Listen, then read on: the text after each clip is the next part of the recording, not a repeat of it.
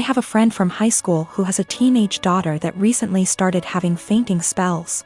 I remembered that my nephew had this issue as a child and texted in Messenger to ask my older sister about what they found out about him and if it sounded like my friend's daughter. I asked via text because she is pretty busy.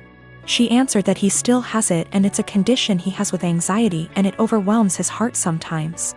An hour or so later she started talking, again, via text, about how her son and daughter, both young adults now, are mentally handicapped and have psychotic episodes, saying that the daughter totally made up the flea issue they had in their house and her mental issues caused her to break out in hives. This made me confused as I've been with her kids and even took my niece on vacation with us so she could ride the slides with my husband. Not my thing anymore, and she was perfectly fine. Well, an hour later my sister texted me saying all of that was not her. After she had told me about her son's anxiety issue, she had went to work and her husband. Yes, her husband had pretended to be her and even Googled all this BS up. I already had issues with her husband. He has lied and has had other issues before. To say I was angry is an understatement. Her husband, who is not her children's father, was bad-mouthing and telling me her kids are mentally unstable. Carl already has a past of being like this to her kids and my sister went along with it. I told her, that was it. I'm done. I went no contact for the past month, although I kept in touch with the kids. She has a younger son, age 15, and he does not get along with her husband, either. I told the elder too what he had said so they had a heads up. My sister defended him initially but apologized 2 days ago. I told her that her husband needs to apologize for himself, though. He is a grown man. Until then my kids and husband will not be attending anything outside of holidays at my mom's house, their neighbors. My mom can visit or I can visit her, but my kids will have nothing to do with her husband. Even after the apology, he will not be family to me or mine. He is deeply homophobic, drunk every time we visit, and racist. He is the reason my sister is not someone I want to raising my kids if something happened to us. My mom told me I should let it go, because family, but my husband backs me 100%. He claims he thought I knew it was him because they share a FB account. He was looking at other women's accounts and talking to them. So my sister insisted they share an account so he would not do that. Even if it were him not pretending to be my sister, he was spreading lies about two people I care for deeply. My partner and I have been in a relationship for 5 years, living together for 4. Recently my partner came home having had a short meeting with a financial advisor, and was really eager to talk about our financial future WRT savings goals, life plans, timelines for saving up a deposit for a house, etc. This is a conversation I've been trying to have for years with him, so you'd think great, right? I should be really happy we're finally there. But I'm not. Talking about us going for a meeting with a financial advisor and starting to build towards our future together has given me really cold feet about the relationship. I think part of it is why now? I've been trying to talk to him about this for a really long time. With renewed efforts at the start of this year when I landed my first full-time salaried position and was working out my budget / personal savings goals. Just 4 months ago he wouldn't have a conversation about it. But now that the financial advisor has said the same things, it's obviously something we should be doing and I should just jump on board with? I think if the advice was particularly different to what I'm already planning, I'd be less annoyed. But the advice is the same. There's a certain type of savings account you can start in the UK specifically for saving up for a house. And I've been talking about planning to open one once I'm full-time employed for literally 3 years. And he brought it up like this new, novel idea I'd never heard of. It makes me wonder if he's ever listened to anything I've ever said. He's always been more frightened of commitment / taking the next step. And I've driven that for the majority of our relationship. Become official / exclusive? I pushed for it. Move in together? I pushed for it. Start a joint account for household costs? Me move into a bigger place and buy our own furniture? My call. And every step of the way he's against it and I have to convince him why it's the right decision. I've tried to have this financial future talk for a long time, and also the talk about mapping out what our future plans are together. But he's never wanted to have it. I guess I feel a lot of resentment that he's finally ready to talk about this because someone else has told him it's a good idea. It also brings up a lot of worries I've had about the future that might have been sitting under the surface for a while. Like the marriage and kids talk, I've always been clear about what I want, and he's always vaguely agreed with me. But trying to talk to him about time scales for it is like pulling teeth and always turns into an argument. It's not like I'm saying you have to propose now or I'm leaving or anything. It's literally just stuff like, ideally I'd like to be thinking about engagement and buying a house by 28, and married looking to have kids by 30. So he's literally got like half a decade. But we can't have that conversation because he shuts down / gets annoyed / feels pressured. And I have no idea what he wants from the future because he won't tell me. There's a lot of resentment in this post, and I feel the need to clarify that I love him. He's my best friend and our day-to-day life is a dream. But I always feel like I'm dragging him into a future he doesn't want. And that he doesn't really trust / listen to me as an equal partner, until someone else tells him the same things I've been trying to say. I don't want that to be my future. I want someone who has these conversations with me and is excited about taking the next step.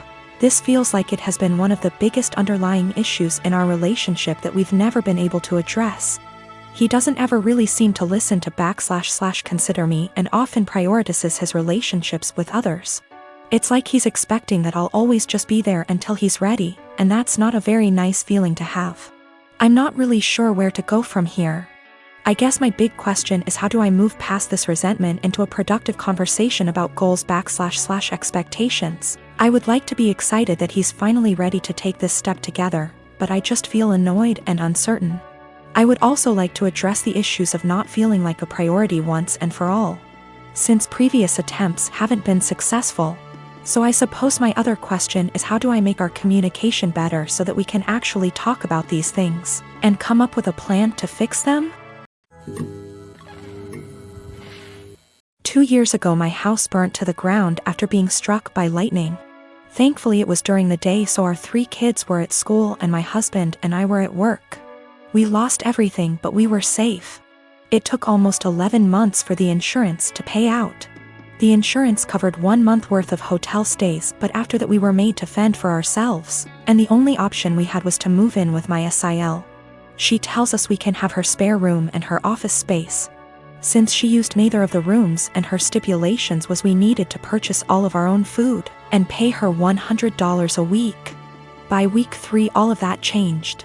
She then decides we need to pay her $250 a week and we can only use 1 room. So all 5 of us were crammed into the smallest room she had, which was the size of a glorified closet space and didn't even fit a twin bed and a small dresser. So we lived out of trash bags and slept on the floor for close to $1,000 a month some months, and still had to purchase all of our own food, despite her claiming my children on her food stamps. She also had no bills outside of her land tax, $450 a year, electric and heating oil, which she hardly ever filled. So we were essentially paying her so she could do leisure activities. It was the worst 8 months of my life. 3 months ago my grandmother decided that she wanted to go to assisted living after a fall and transferred the deed of her house to me, and basically said it was mine now. It is a 5-bedroom farmhouse. My boys insist on sharing a room, so we have 2 extra bedrooms. Well, my sister-in-law lost her house last month due to not paying her land tax for several years and asked if her and her stepdaughter could stay with us until they get enough money to move down south. I said sure, 1 bedroom, $800 a month, and you have to buy and cook all your food separately because my daughter is vegan. She looked at me like I had 10 heads and said that she and her stepdaughter should not be made to share a room when there are 2 extra rooms, and stated she cannot afford a rent of $800 while purchasing all of her own food on top of it. I said, neither could we, but we managed to cram 5 people into a glorified closet space while you were getting $1,000 and food stamps. Take it or leave it. She decided to leave. My husband, Asian, and I, American, welcomed our firstborn 4 weeks ago. The baby is healthy, thank God, but I'm exhausted, haven't fixed my hair, barely able to shower and cannot sleep. My husband's family had been pressuring us to visit to meet the baby. I tried to hold them off as much as I could, but yesterday, I was surprised to find them standing on the porch. Turns out hubby invited them for dinner. I was embarrassed and felt like I wasn't ready for visitors, judgmental ones at that, cause the house was a mess, y'all. Anyways, my husband sat with them while I fed my son. Then later I asked my husband if we should order takeout for dinner. He said no, because his parents would find this rude and unwelcoming. He suggested that I go inside the kitchen and prepare something, anything long as it's homemade. I said fine, then went and made some mac and cheese. The reason I prepared this meal is because of how easy it is. Once I served the family, my husband's mom looked at me and was appalled. I noticed something was wrong. She asked if I really found it appropriate to serve her and the family mac and cheese. I asked why not, and she went on a rant about how disrespectful this was and that I clearly have no experience in what is right and wrong when it comes to hosting. I said, "Excuse me? Who said I signed up to host an expected visit from them?" And she took it as in I didn't want them there. Her husband said they were just there to finally see the baby that I kept them from seeing for an entire month. That's a whole month of his life they'd missed out on. We had an argument and they decided to go home. My husband said that deciding to serve his family mac and cheese was more offensive than serving them nothing at all. I told him I was too exhausted to cook their traditional feasts, that I was forced to learn from his mom. He took offense and said that I was being mean and disrespectful towards not only his family but his culture. I went inside the bedroom to stay with my son. My husband stayed on the phone with his family for an hour, then kept giving me the cold shoulder, and refused to eat what I cook in support of his family. I understand how some guests might find it offensive, especially his family, but I was just trying to make a quick homemade meal like my husband wanted.